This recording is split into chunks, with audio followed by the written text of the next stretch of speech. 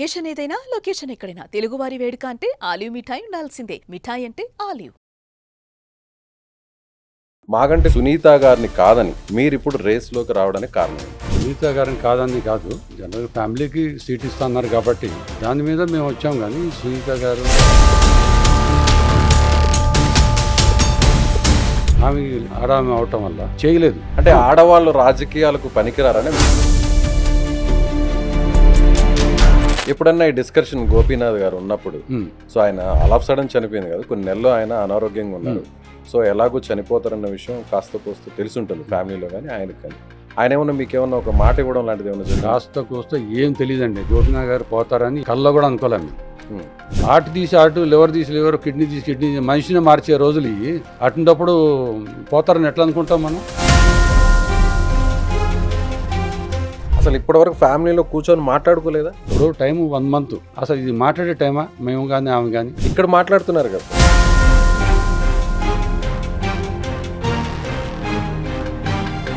మీ ఇద్దరు కాకుండా వాళ్ళ పిల్లల్ని ఏమన్నా బరిలో 100% అధిష్టానం చెప్తే 100% పాప ఎలిజిబుల్ అవుతే ఇవ్వండి, పాపకి నేను దగ్గర ఉండి నేను చూసుకుంటాను. Ready.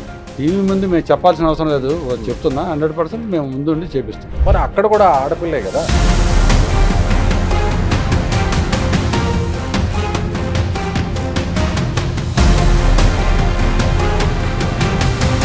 Welcome to Suman TV.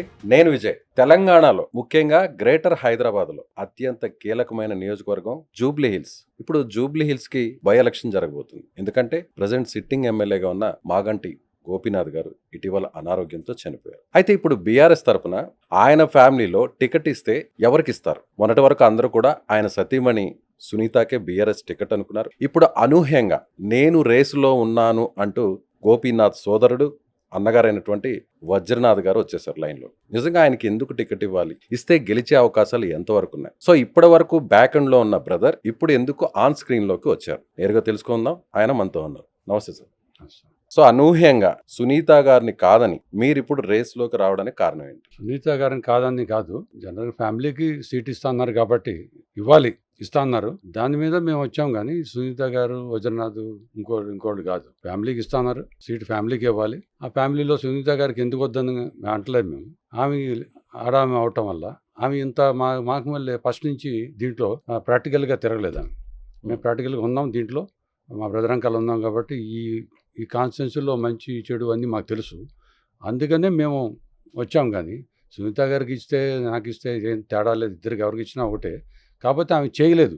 ఈ కాన్స్టిట్యున్సీ చాలా పెద్దది, స్లమ్ ఎక్కువ, మంచి చెడు చాలా ఉన్నాయి. కాబట్టి దీంట్లో ఏంటంటే మనం ఎప్పుడు ప్రజలకి మా బ్రదర్ లాంటివాడే చేయలేక అలసిపోయి ఆ టైంలో ఉండేవాడు. అంటే మీ బ్రదర్ సక్రమంగా చేయలేదనే మీ ఒపీనియన్? చేయలేదని కాదు, చాలా బాగా చేశాడు. అంత అలసిపోయేటట్టు చేశాడు అంటున్నాను నేను చేయలేదంటలా. టైర్డ్నెస్ ఇప్పుడు 24 hours 24 hours 19 hours దాకా 20 hours పని చేసేవాడు ఆయన. మేము ఆ టైప్లో మేము చేయాలి. ఇప్పుడు చేయాలంటే మరి ఆడవాళ్ళు చేయగలుగుతారా? అంటే ఆడవాళ్ళు రాజకీయాలకు పనికిరారని అట్లా అంటలేదు. ఆడవాళ్ళు రాజకీయాల్లో ఆడవాళ్ళు రాజకీయాలు ఇందిరాగాంధీ లాంటి వాళ్ళు ఉన్నారు, పెద్ద పెద్ద పురంధేశ్వరి లాంటి వాళ్ళు అందరు ఉన్నారు. నేను దానికి అంటలేదు. నేను ఆడవాళ్ళు రాజకీయాలు, మా ఫ్యామిలీలో ఫ్రెష్గా ఈమె ఎప్పుడే బయటకు వచ్చింది కదా, చేయగలదా లేదా అని చెప్పి మాకు తెలుసు. అది చేయలేదు కాబట్టి ఇది అనవసరంగా మళ్ళీ డ్యామేజ్ అవుతుంది, మా పరువు పోతుంది అన్నట్టు నేను దిగా. కానీ లేకపోతే రాజకీయాల మీద ఇంట్రెస్ట్ ఏదో చేసేద్దామని కాదు. నాకు ఇంట్రెస్ట్ రాజకీయాలు బ్రదరంకాలే ఉండటం వరకు నాది బాగా ఇంట్రెస్ట్. అదే రకంగా నేను ఇప్పుడు దాకా వచ్చాను. ఇప్పుడు తప్పని పరిస్థితుల్లో చేయాల్సి వస్తుంది. ఇప్పుడు ఒకవేళ టికెట్ ఇవ్వాలని డిసైడ్ అయితే, మాగంటి గారి ఫ్యామిలీకే ఇవ్వాలని డిసైడ్ అయితే ఫస్ట్ మీరు తేల్చుకొని రండి అని బీఆర్ఎస్ అధిష్టానం చెప్తే అప్పుడు మీ ఇద్దరు కూర్చొని మాట్లాడడానికి రెడీయా? మీరు మాట్లాడతాకి ఎప్పుడన్నా రెడీ అని నేను దాని గురించి మేము పోట్లాడుకోవట్లా. ఏంటంటే సీటు ఎవరికి అనేది అధిష్టానం డిసైడ్ చేయాలి. కానీ మీరు మీరే కొట్టాడుకు రండి అని ఎందుకంటారు? అట్లా అంటే జనరల్ గా వజ్రనాథ్ గారు ఎక్కడైనా కూడా ఒక మనిషి చనిపోతే ఆ కుటుంబానికి సంబంధించి వాళ్ళ వారసులుగా పోటీ చేయాలంటే ఫ్యామిలీ ఒక డెసిషన్ తీసుకుంటుంది.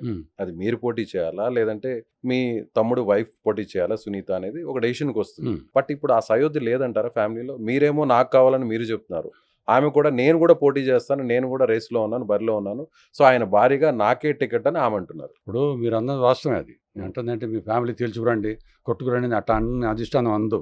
అధిష్టానం ఎవరు క్యాపబుల్ పర్సన్, ఎవరు చేయగలుగుతారు అది చూసి నిర్ణయిస్తారు వాళ్ళు అధిష్టానం. అంతేగాని మీరు వెళ్ళి డిసైడ్ చేసుకున్నారంటే అది వేరే టైప్లో ఉంటుంది. అది కాదు. ఇప్పుడు మనకు కావాల్సింది ఏంటంటే కాన్స్టిట్యున్సీ బాగోగులు చూస్తానికి మంచి పర్సన్ కావాలి, గోపీనాథ్ లాంటి వాళ్ళు కావాలి. అది చేస్తాకి మేము ముందుకు వచ్చాము. ఆమె కొంచెం ఎక్స్పీరియన్స్ లేదు కాబట్టి మేము అంటున్నాం, కానీ ఆమెకి ఇవ్వద్దు, నాకు ఇవ్వద్దు, దానికి ఇవ్వద్దు ఎప్పుడు అనలేదు మేము, అనం కూడా. పోనీ మీకేం ఎక్స్పీరియన్స్ ఉందంటారు? నేను 83 నుంచి ఉన్నా కదండి దీంట్లో, మా బ్రదర్ వెనకాల పాలిటిక్స్ మీరు ఎక్కడా కూడా చెప్పేదండి. బయట బాహాటంగా కనిపించింది లేదు. మీరు చెప్తున్నారు ఫైనాన్షియల్ గా లేదంటే ఆయన సపోర్ట్ పరంగా చూస్తే బ్యాక్ ఎండ్ లో ఉన్నాను అంటారు.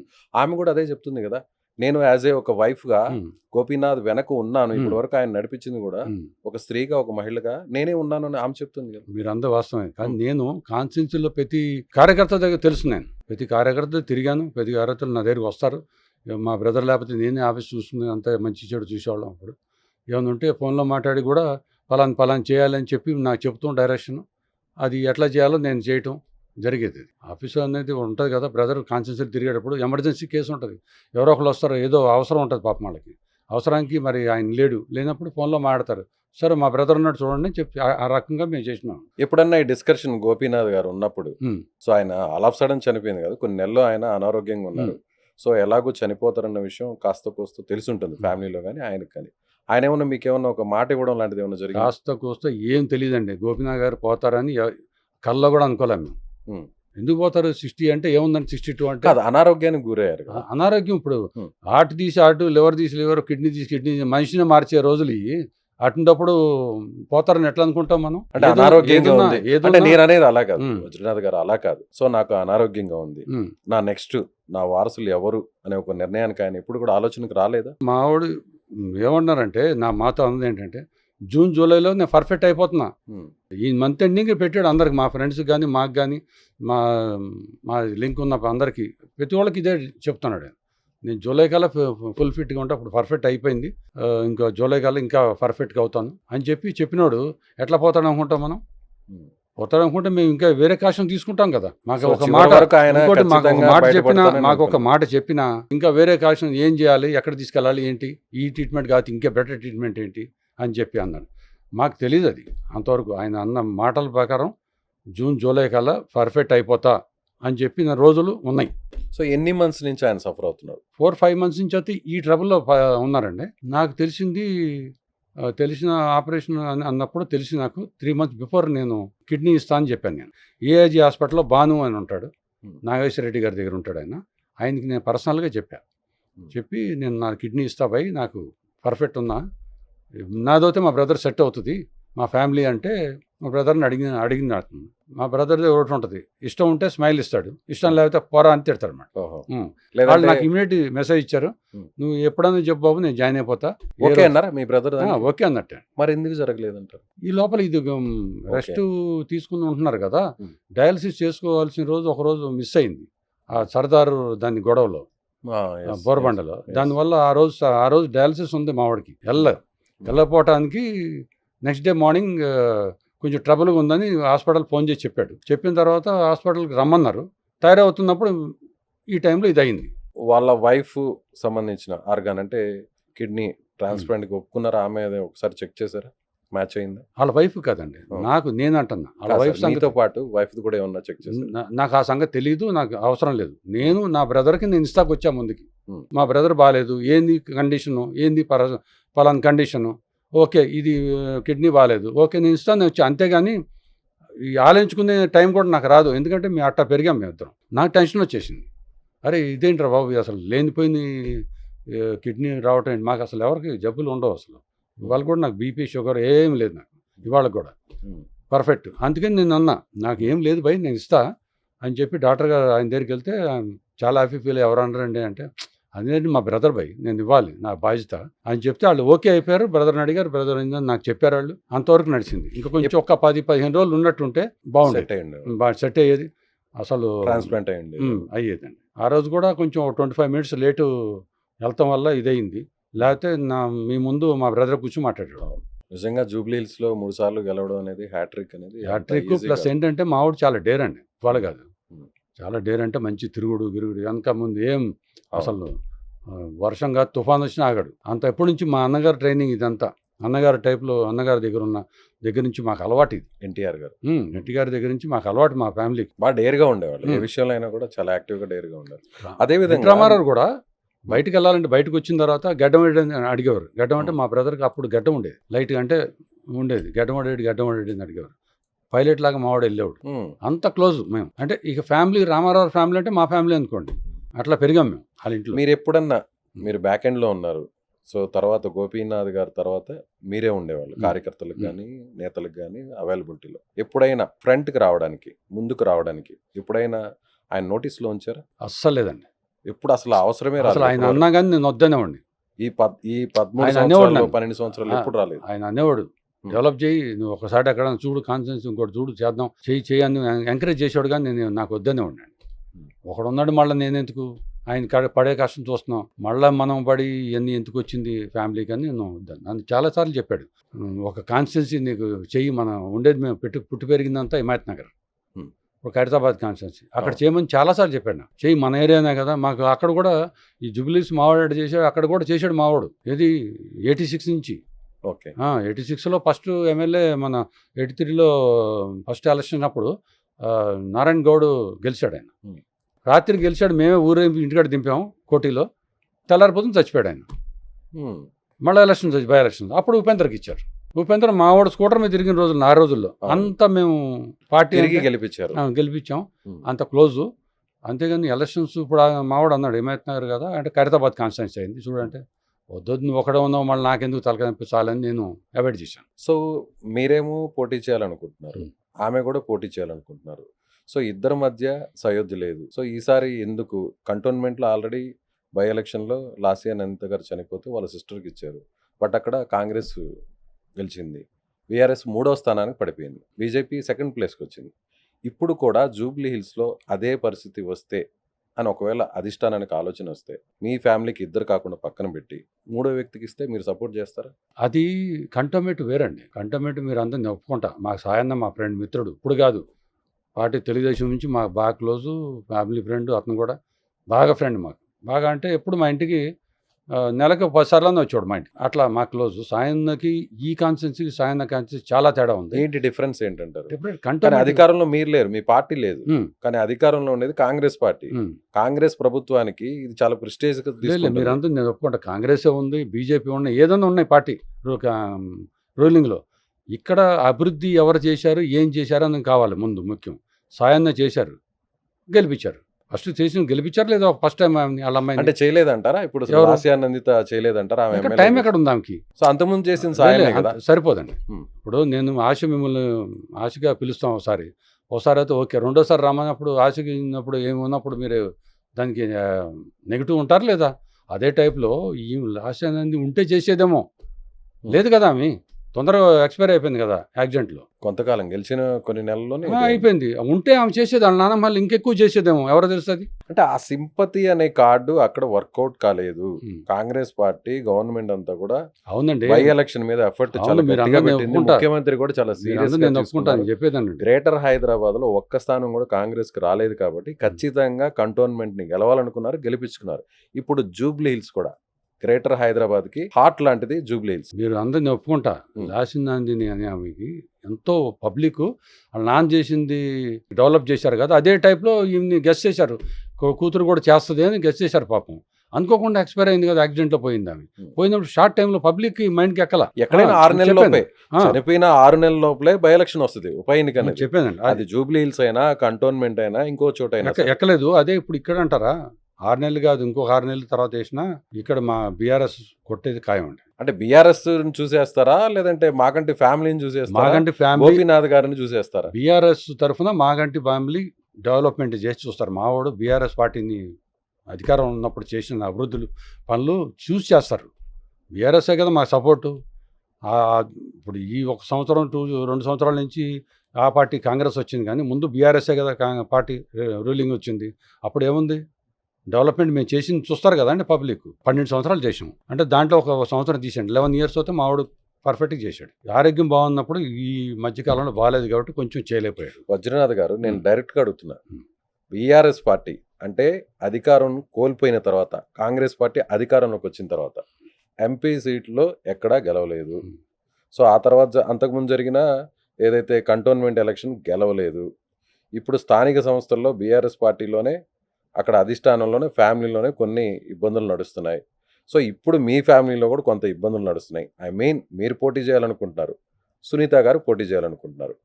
ఇంత కాంట్రవర్సీ మధ్య, ఇన్ని అలిగేషన్స్ మధ్య బీఆర్ఎస్ ఖచ్చితంగా గెలుస్తుంది అని అంత నమ్మకంగా ఎలా చెప్పగలుగుతున్నారు? మేము చేసిన అభివృద్ధి పనులు అండి, మేము గోపీనాథ్ చేసిన అభివృద్ధి పనులు అట్ట ఉన్నాయి. మీరు ఎంక్వైరీ చేయండి, మీరు కూడా సర్వే చేయండి, మీరు కూడా చేస్తారు కదా, మీరు సర్వే చేయండి, తెలుస్తుందిగా మీకు కూడా. మావాడు అభివృద్ధి పనులు అట్ట చేశాడు. ఏం చేశారు కొన్ని చెప్పండి. పలానా చేయలేదు మీరు చెప్పండి, నాకు చూపించండి. జూబ్లీ హిల్స్ అనేది ఆల్రెడీ డెవలప్డ్ ఏరియా. ఎవరు అవునన్నా కాదన్నా జూబ్లీ కొన్ని బస్తీలు మాత్రమే ఉంటాయి. ఆ బస్తీల్లో ఎలాంటి అభివృద్ధి చేసి? డెవలప్మెంట్ ఏరియా కొంచెం ఉంది. ఇక్కడ స్లమ్ ఎక్కువ. ఇక్కడ రాయమత్ నగర్ కానీ, ఎర్రగడ్డ కానీ, బోరబండ కానీ, ఇవన్నీ ఏంది మొత్తం స్లమ్ ఎక్కువ. ఈవెన్ యూసుఫ్ కూడా స్లమ్ ఎక్కువ ఉంది. అంత పూర్ ఫ్యామిలీస్ ఎక్కువ ఉంటారు ఇక్కడ. అటువంటి దాంట్లో చేయాలంటే మీరేమో జుబిలీసే చూస్తున్నారు. మీరు జుబిలీస్ తక్కువ, ఇక్కడ బిల్డింగ్స్ తక్కువ, అన్నీ మీరు అన్నట్టు మన 2 bedroom ఫ్లాట్ టైప్ అన్నమాట ఇక్కడ అంతా. అది ఎక్కువ ఇక్కడ. అది డెవలప్మెంట్, డ్రైనేజ్ కానివ్వండి, రోడ్స్ కానివ్వండి, కరెంటు, ఎలక్ట్రికల్ కానివ్వండి, ఏదైనా సరే ఎవ్రీథింగ్ చేస్తే ఎప్పుడు పాపం అదే పనుల మీద ఉండేవాడు. ఆ కార్యకర్తలు రావటం, ఫలానా అంటాం, పిలుస్తాం, మీటింగ్ పెడతాం, అది ఏం చేయాలో ఫండ్ సరిపోతే ఇంకోళ్ళ దగ్గర మినిస్టర్ దగ్గరికి వెళ్ళి ఆ రోజుల్లో పార్టీ రూలింగ్ ఉన్నప్పుడు తీసుకొచ్చి ఇచ్చి చేసేవాడు. అలాగే మీ కమ్యూనిటీ కూడా చాలా స్ట్రాంగ్ ఇక్కడ. ఎవరు పోటీ చేసినా కూడా గెలిచే అవకాశాలు డిసైడింగ్ ఫ్యాక్టర్ మీ కమ్యూనిటీదే, కమ్మ ఓటింగ్. సో ఈసారి ఎవరి వైపు ఉండే అవకాశం ఉంది? కమ్మ వాళ్ళు మా వాళ్ళు ఉన్నారు, వాస్తవమే. కమ్మ వాళ్ళు మేమే ఉన్నాం కాబట్టి మాకే సపోర్ట్ చేస్తారు. ఎందుకంటే పార్టీలో ఇప్పుడు మేమే ఉన్నాం. కానీ బీఆర్ఎస్ కి ఇప్పుడు ఎవరున్నారు? సామాజిక వర్గానికి సంబంధించిన ఏపీ ముఖ్యమంత్రి ఫ్యామిలీకి బీఆర్ఎస్ కి చాలా దూరం ఉంది. అలాగే కాంగ్రెస్ పార్టీకి సంబంధించిన సీఎం రేవంత్ రెడ్డికి, అలాగే అటు ఏపీ సీఎం చంద్రబాబు నాయుడుకి చాలా దగ్గర సంబంధం ఉంది. కానీ ఇప్పుడు కమ్యూనిటీ చీలిపోతే కేసీఆర్ గారు మా కమ్యూనిటీకి చాలా దగ్గర. ఇవాళ కదా ఆయన పార్టీలో ఉంది. మాకంటే ముందు నుంచి ఉన్నారు అన్నగారు వెనకాల. ఆయనే స్క్రిప్ట్ ఇచ్చేవారు అన్నగారికి. మీకు అది చెప్తున్నా, ఆయన మాకంటే ముందు నుంచి ఉన్నారు. మాకంటే ఆయన ఎక్కువ ఎక్స్పీరియన్స్ ఆయన ఉన్నారు. మా కమ్యూనిటీ ఎక్కువ ఆయన వెనకాల ఉంది. కేసీఆర్ వెనకాల ఇవాళ కాదు, ఆయన వెనకాల, ఆయన దగ్గర ఎప్పటి నుంచో ఉంది. ఇవాళ కూడా ఆయన్ని బాగా లైక్ చేస్తారు, ఇవాళ కూడా లైక్ చేస్తారు ఆయన్ని. అందుకని మీరు ఏమంటున్నారు ఇప్పుడు, మీ కమ్యూనిటీ ఉంది, మీకు వేస్తారా లేదా? చంద్రబాబు ఉన్నారు. చంద్రబాబు గారు ఉంది ఎక్కడ? ఆంధ్రప్రదేశ్లో. ఇక్కడ రాలేదు కదా ఇంకా. వచ్చినప్పుడు తర్వాత చూస్తారు. ఇప్పుడు ప్రస్తుతానికి ఎలక్షన్స్ ఎవరు ఉన్నాయి? కేసీఆర్, కాంగ్రెస్, బీఆర్ఎస్, బీజేపీ 3 మధ్యలో ఉంది. 3 మధ్యలో ఇప్పుడు ఉన్నది కేసీఆర్ గారు. మా కమ్మాస్కి చాలా ఫేవర్. ఇప్పుడు కాదు, స్టార్టింగ్ నుంచి మా సమాజంతో అందరితో మంచి ఉంటాం, బాగు చెడులు వాడటం, ఇంటర్వ్యూలు కావాలని ఇవ్వటం, అవన్నీ ఉన్నాయి ఆయన. సో అలాగే సినీ ప్రముఖులు కూడా ఈ ఏరియాలో కొంత శాతం ఎక్కువ మంది ఉంటారు, ఇండస్ట్రీకి సంబంధించిన వ్యక్తులు. వాళ్ళ సపోర్ట్ ఎవరికి ఉండే ఛాన్స్ ఉంది?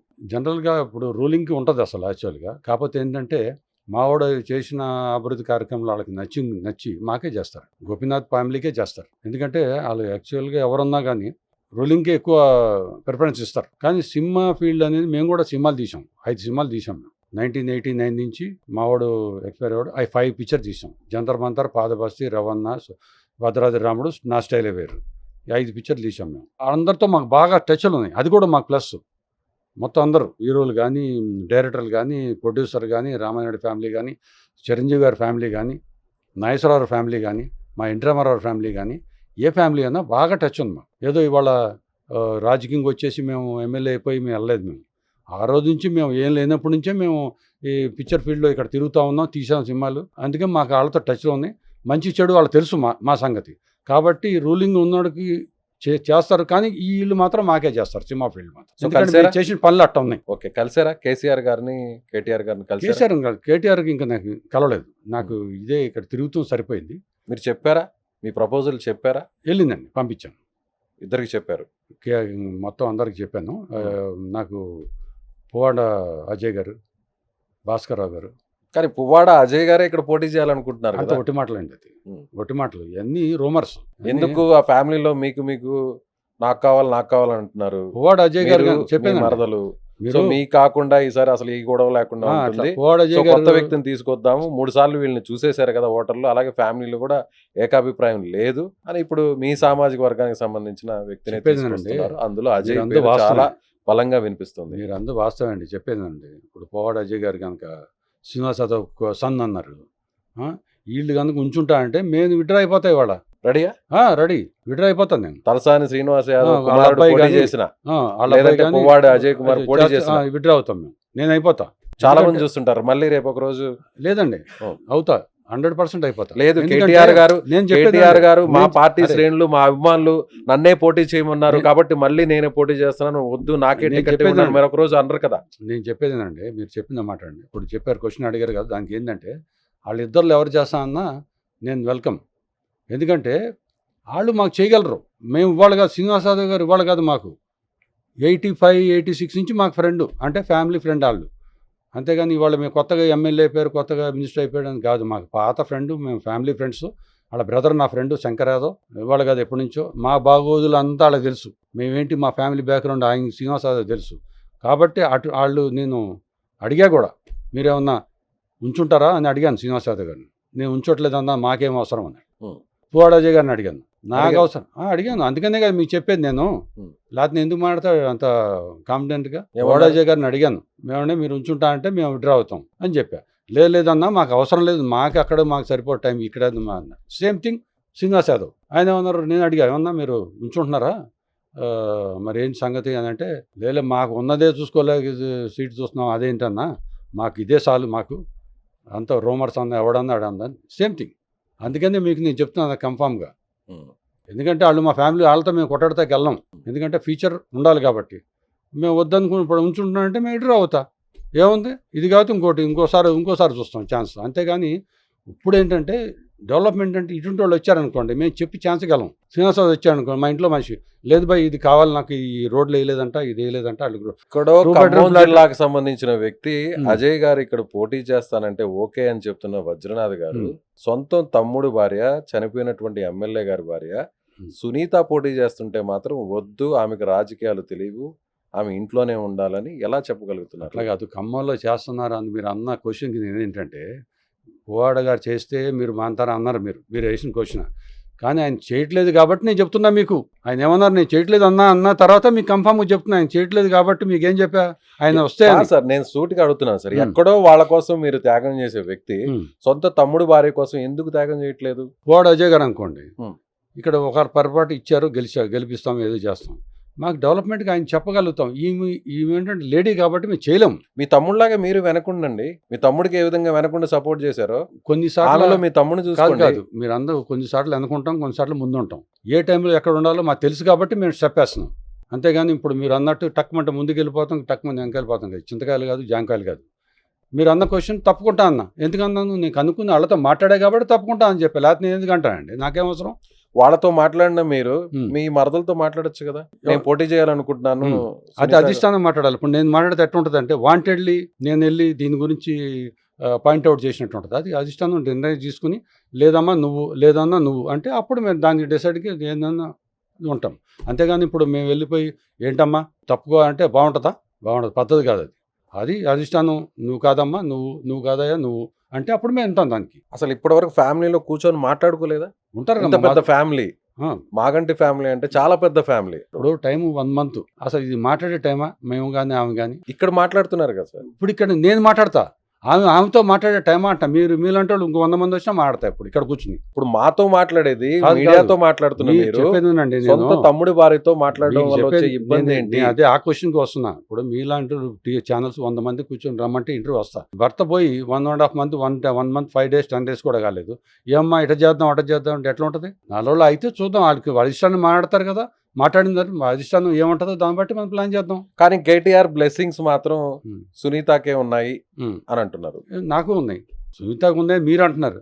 మీరు చూసారా? అది అందరు కేటీఆర్ చనిపోయిన తర్వాత ఫ్యామిలీతో ఫ్యామిలీతో ఎందుకంటే మా కేటీఆర్ గారు ఫ్యామిలీ ఫ్రెండ్ కాబట్టి ఉంది, ఫ్యామిలీతో ఉంది, డెఫినెట్గా ఉంది. ఎందుకంటే ఫ్యామిలీ వచ్చిపోతాం ఇవాళ కాదు. పార్టీ మావాడు ఎప్పుడైతే ఎమ్మెల్యే అయ్యాడు అప్పటి నుంచి ఫ్యామిలీ, వాళ్ళ సన్ వాళ్ళ అబ్బాయి క్లాస్మేట్స్ కాబట్టి వచ్చిపోతాం అంతా ఎప్పటి నుంచో ఉంది, అది ఉంది. గోపీనాథ్ గారి పిల్లల వయసు ఎంత, వాళ్ళు ఏం చేస్తున్నారు? పెద్ద పాప 21 అండి, ఈ బాబు 20, ఇంకో పాప 19. సో వాళ్ళ పిల్లలకి ఏదన్నా టికెట్ ఇద్దాం మీ ఇద్దరు కాకుండా, వాళ్ళ పిల్లల్ని ఏమన్నా బరిలో 100% అధిష్టానం చెప్తే 100% పాప ఎలిజిబుల్ అవుతే ఇవ్వండి, పాపకి నేను దగ్గరుండి నేను చూసుకుంటా. రెడీ. ఈ విషయంలో ఒకవేళ చిన్న పాప అయినా కూడా మీరు తండ్రి స్థానంలో ఉండి, టీవీ ముందు మేము చెప్పాల్సిన అవసరం లేదు, చెప్తున్నా 100% మేము ముందు ఉండి చేపిస్తాం, మేమే చేపిస్తాం. మరి అక్కడ కూడా ఆడపిల్లే కదా, ఇక్కడ అడ్డం వచ్చినటువంటి ఆడపిల్లలో మీకు ఎన్ని కాదు మాట్లాడాలి సార్, మీరు అన్నా సరే ఆడవాళ్ళు ఆడపిల్లే. బయటకు వచ్చి కానీ ఆడపిల్ల మీరు అన్న మాట అంటున్నాను, నేను కాదు. అనట్లేదు. కాదు కాదు నేను నేను ఇందాక కూడా అదే అన్నాను, మీకు మహిళలు అదే- రాజకీయాల్లో మీకు అదే రావడం తప్పు అని చెప్తున్నా. ఫస్ట్ అడిగాను. మీకు నేను చెప్పేది అదే. ఏంది ఆడపిల్లే చదువుకున్న వాళ్ళకి తేడా ఉంటది. పాపలు చదువుకుంది కాబట్టి మేము చేయగలుగుతాం. అంటే సునీత గారు చదువు చదువుకోలేదు, లేదు కదా, ఎడ్యుకేషన్ తక్కువ కదా, ఏం చేయగలుగుతారు? ఎంతవరకు చదువుకున్నారు? ఐ థింక్ ఎందుకులేండి అవన్నీ ఇప్పుడు నేను మాట్లాడను, తర్వాత టైం వచ్చిన మాట్లాడతా. ఇప్పుడు అవన్నీ మాట్లాడాల్సిన అవసరం లేదు, మాట్లాడను, టైం వచ్చిన మాట్లాడతా. పాప సో చదువు ఆమె కంటే ఈమె ఎక్కువ చదువుకుంది కాబట్టి ఉన్నత చదువులు ఉన్నాయి కాబట్టి చదువుకుంది, కొంచెం నాలెడ్జ్ ఉంది. తండ్రి వెనకాల ఆ పాప కూడా ఉంది, తండ్రి వెనకాల ఉంది పాప. అది ఉందా? కాబట్టి పాప తండ్రి వెనకాల ఉండేది ఎప్పుడు అన్ని వాళ్ళ నాన్నతో డిస్కస్ చేసేది ఉంది కాబట్టి నేను చెప్తున్నా మీకు. ఓకే, ఇప్పుడు చదువుకుంటున్నారా? చదువు అయిపోయింది అనుకుంటా అండి, ఓకే, ఇంకా ఏమన్నా ఫర్దర్ స్టడీస్ తెలియదు, కానీ ఇప్పుడు దాకా చదువు ఫినిష్ అయింది. ఆ పాపకి ఇస్తా అంటే నేను వెల్కమ్. నీ టీవీ ఛానల్ ఎప్పుడు వెళ్ళిపోతాను నేను. ఎందుకంటే చదువుకుంది, మనం చెప్పిన అర్థం చేసుకోగలదు. ఇంకో పాయింట్ ఇంకోటి, నాన్నకాలు ఉంది, నాన్న చేసే పనులు కొన్ని తెలుసు. పోనీ పిల్లలు ఏమన్నా వాళ్ళ మదర్ పోటీ చేయాలనే విషయం ఏమన్నా ఆ ప్రతిపాదన మీ దగ్గరికి ఏమన్నా తీసుకొచ్చారా? ఇంకా రాలేదండి, అవి ఏం రాలేదు, అసలు ఏం జరగలేదు. జరగలేదు. ఓన్లీ జస్ట్ ఇట్లా అయింది, మేము ఫాలో అవుతున్నాం. కార్యకర్తలు ఇబ్బందులు పడుతున్నారు బాగా. అన్న ఏం చేయాలి మాకు అర్థం కావట్లేదు, మాకు అవతల ప్రెషర్ ఉంది రూలింగ్ పార్టీ నుంచి, మాకు చాలా తలక నొప్పి ఉంది అంటే అప్పుడు నేను దిగాల్సి వచ్చింది. ఎవరి దగ్గర నుంచి? రూలింగ్ పార్టీ నుంచి అండి. ఎవరి దగ్గర నుంచి వస్తుంది? ఇప్పుడు రూలింగ్లో ఉన్నవాడు ఊరుకోడు కదా, ఖాళీ కూర్చున్నాడని. ప్రెషర్ అంటే ఎట్లాంటి ప్రెషర్ అంటారు? ఉంటుంది కదా, మా పార్టీలు చేరండి, మీకేముంది అయిపోయింది వచ్చిందంటారా ఆఫర్ అది? అరే 100 మంది అండి, 100 మంది ఉమ్. వచ్చింది. ఆ ప్రెషర్ వస్తే కదా నా దగ్గరకు వచ్చింది. కార్యకర్తలు వచ్చిన తర్వాత నేను తప్పదనుకున్న పరిస్థితుల్లో దిగాను నేను. లేకపోతే నాకు ఫస్ట్ నుంచి అంటే రాజకీయం మీ చెప్పేదండి. దగ్గర ఉన్న అనుచరుల్ని వాళ్ళ పార్టీలోకి పిలిచారంటారు. సో First వాళ్ళందరి కోసం నిలబడాలని మీరు ఇప్పుడు తెర మీదకి అంతే వచ్చారు. అంతే. ఫస్ట్ నుంచి నాకు రాజకీయ ఇంట్రెస్ట్ లేదు. మా బ్రదర్ కూడా చెప్పాను నేను, మా బ్రదరే ఉంచోమనేవాడు, నువ్వు డెవలప్ చేయి అక్కడ మన కాన్స్టిట్యున్సీ అన్నాడు. ప్లస్ ఏంటంటే ఈ గొడవ, వీళ్ళు వచ్చి హెరాస్మెంట్లు ఇవన్నీ బాగా ఎక్కువైపోయినాయి. అంటే వాళ్ళకి లోకల్లో ఉంటాయి కదండి ఫైట్స్, దానివల్ల చెప్పుకుంటాకి ఎవరు లేరు అంటే నేను దిగాల్సి వచ్చింది. అంతేగాని ఏదో జస్ట్ ఊరినే ఆయారాంగా అన్నట్టు నేను రాలేదు. నేను వజ్రనాథ్ గారికి ఓటేయాలంటే టికెట్ మీకే వచ్చింది, ఖచ్చితంగా కాంగ్రెస్ పార్టీని అధికార పార్టీని కాదని, ఆ అభ్యర్థిని కాదని మీకే ఓటేయాలంటే ఏం చెప్తారు? మీలో ఉన్నటువంటి క్వాలిటీస్ ఏంటి? నా క్వాలిటీస్ మా కాన్స్టిట్యున్సీ ప్రజలందరూ తెలుసండి. Hmm. నా క్వాలిటీస్ ఏంటో, నేను ఏం చేస్తానో ఏం చేయను, ఎవ్రీథింగ్ తెలుసు వాళ్ళకి. ఎందుకంటే ఫస్ట్ నుంచి వాళ్ళతో నేను ఉన్నా కాబట్టి మంచి చెడు బాగా డీప్ ఉన్నాను, బాగా తెలుసు నాకు. Hmm. కాబట్టి మనం చేయిస్తాము చేయలేము అని వాళ్ళకి తెలుసు కాబట్టి నా వెనకాల వచ్చారు. నా వెనకాల అదే ఎంకరేజ్మెంట్, దానివల్లే నేను ముందుకు వచ్చాను. మీరేం చేసేవాళ్ళు? నేను సిటీ సివిల్ కోర్టులో 1979 కాపింగ్ సెషన్ సూపరింటెండెంట్ చేశాను. నేను ఓకే, 1991లో రిజైన్ చేశాను. ఎందుకు చేశారు? ఎక్స్పైర్ అయ్యాడు కదా చిన్న బ్రదర్, చిన్న ఫైనాన్షియల్ తమ్ముడు అంటే గోపీనాథ్ గారి కంటే ఈ మధ్యలో నాకు ఎక్సైడ్ డీలర్షిప్ 88లో ఉంది. Exide Secunderabad complete Exide batteries dealership Secunderabad area అంతా మాదే. 88లో పెట్టాను నేను. ఎక్సైడ్ పాయింట్ అని ఆనంద్ థియేటర్ పక్కన పెట్టాను. దాన్ని రన్ చేసుకుంటా సికింద్రాబాద్ కోర్టులోనే చేశాను. దగ్గర 2 చూసుకున్నాను. 90లో మా బ్రదర్ ఎక్స్పైర్ అయిన తర్వాత నేను మాకు సరిపోట్ల టైం నాకు, చిన్న తమ్ముడు చనిపోయారు. చచ్చిపోయిన తర్వాత ఇక ఇంజనీరింగ్ చేస్తా. ఫైనల్ ఇయర్లో ఇంజనీరింగ్లో అటాక్ అయింది. ఇది గుంటూరు జేకేసీ కాలేజీలో ల్యాబ్లో అటాక్ చేశారు రాడికల్స్. ఓకే, మర్డర్ జరిగింది. మేడం రాడికల్స్ అటాక్ చేశారు. రాడికల్స్ అంటే ఇక్కడ నక్సలైట్స్ అంటారు కదా, అది అవును. అటాక్ చేశారు. ఎక్స్పైర్ అయ్యాడు కాబట్టి ఫుల్ ప్లెడ్జ్గా మనం దిగాల్సి వచ్చింది. మా బ్రదర్ ఇంకా అక్కడి నుంచి కంటిన్యూ ఇదే పోరాటం చేస్తున్నాం. అనుకోకుండా మరి మీరు చూశారు కదా, మీకు అన్నీ తెలుసు, మీరు అడగాల్సిన క్వశ్చన్లు అన్నీ అడిగారు, అన్నీ ఉన్నాయి, మీకు అన్నీ తెలుసు. ఇది అనుకోకుండా మా వాడికి ఇట్లా అయింది, ఇట్లా అయిపోతుంది అని తెలిస్తే ఎక్కడికన్నా తీసుకెళ్ళి చేయించేవాళ్ళము, ఇంకేం చేసేవాళ్ళము. ఇంతమంది మా ఫ్యామిలీ పెద్ద ఫ్యామిలీ కదా, మేము కూడా అనుకోకుండా సడన్గా అయింది. అందరికీ చెప్తాం కూడా, జూన్ జూలై మనం వస్తున్నాను, అందరికీ మనం చేద్దాం, ఆ పని చేద్దాం, ఈ పని చేద్దాం, ఆ పని చేద్దాం చెప్పిన రోజులు ఉంది. అందుకే నేను మీకు చెప్తున్నా. సో మీకు టికెట్ ఇస్తే మీకు బలమైన ప్రత్యర్థి ఎవరయ్యే అవకాశం ఉంది? బీసీలకు ఇవ్వాలని చూస్తున్నారు, మైనార్టీకి ఇవ్వాలని చూస్తున్నారు. సో నవీన్ కుమార్ యాదవ్, అజరుద్దీన్, ఇలా రకరకాల పేర్లు వస్తున్నాయి. రేసులో తిరిగిందా బలం లేదు, గెలం లేదండి. మనకు ధైర్యం కావాలి, బలం, ప్రజలు సపోర్ట్ కావాలి, ధైర్యం కావాలి. ప్రజలు ఉన్నారు, నాకు ధైర్యం ఉంది, నాకు ఆర్థికంగా కూడా బలం ఉందా? ఉందండి. అందులో బై ఎలక్షన్ అంటే ఇప్పుడు ఉందండి, గవర్నమెంట్ లేకపోతే అధికారంలో అది కాదు. ఉంది వేరే పార్టీ. ఇప్పుడు సో నేను ముఖ్యమంత్రి చాలా సీరియస్ గా దీని మీద కాన్సన్ట్రేట్ చేస్తున్నారు. మీరు కంటోన్మెంట్ ని ఏ విధంగా కొట్టేశారో, కైవసం చేసుకున్నారు, కొట్టేశారంటే బంపర్ హిట్ కొట్టేశారు. సో ఇక్కడ కూడా అలాగే చేయాలి, జూబ్లీ హిల్స్ లో బాగా వేయాలి కాంగ్రెస్ పార్టీ జెండాని. అవునండి, మీరు అందరినీ ఒప్పుకుంటా. డబ్బులు లేకుండా ఫ్లైట్ ఎక్కం కదా, డబ్బులు ఉంటేనే ఫ్లైట్ ఎక్కేది. అట్లాగే డబ్బులు ఉన్నాయి కాబట్టి నేను దిగుతా అంటున్నా. డబ్బులు అంటే ఖర్చు పెడతాకి నాకు పర్ఫెక్ట్గా సరిపడా ఉన్నాయి, చేయగలను, ఏదో చేస్తాం మేము. అధికార పార్టీ ఎంత ఖర్చు పెట్టినా కూడా అందుకు ధీటుగా ఖర్చు పెట్టే స్థాయి పెడతాను. స్తోమత ఉంది. ముందు పెడతాను. ఫైనల్ గా మీరు ఏం చెప్పదలుచుకున్నారు? ఏం So, లేదండి, మా ప్రజలందరూ, మా జూబ్లీస్ కాన్స్టిట్యూన్సీ ప్రజలందరూ నాకు సీటు కనుక అధిష్టానం ఎవరికి ఇచ్చిన మా ఇద్దరిలో మీరందరూ మాకు సపోర్ట్ చేయండి. రైట్ సార్, చూద్దాం. Thank you, all the best. నిజంగా ఒకవేళ మీకు టికెట్ వస్తే చూద్దాం, మళ్ళీ ఇంకొకసారి కలుద్దాం. ఖచ్చితంగా మీ తప్పకుండా. విజయావకాశాల గురించి ఖచ్చితంగా మాట్లాడదాం. తప్పకుండా. Thank you so much.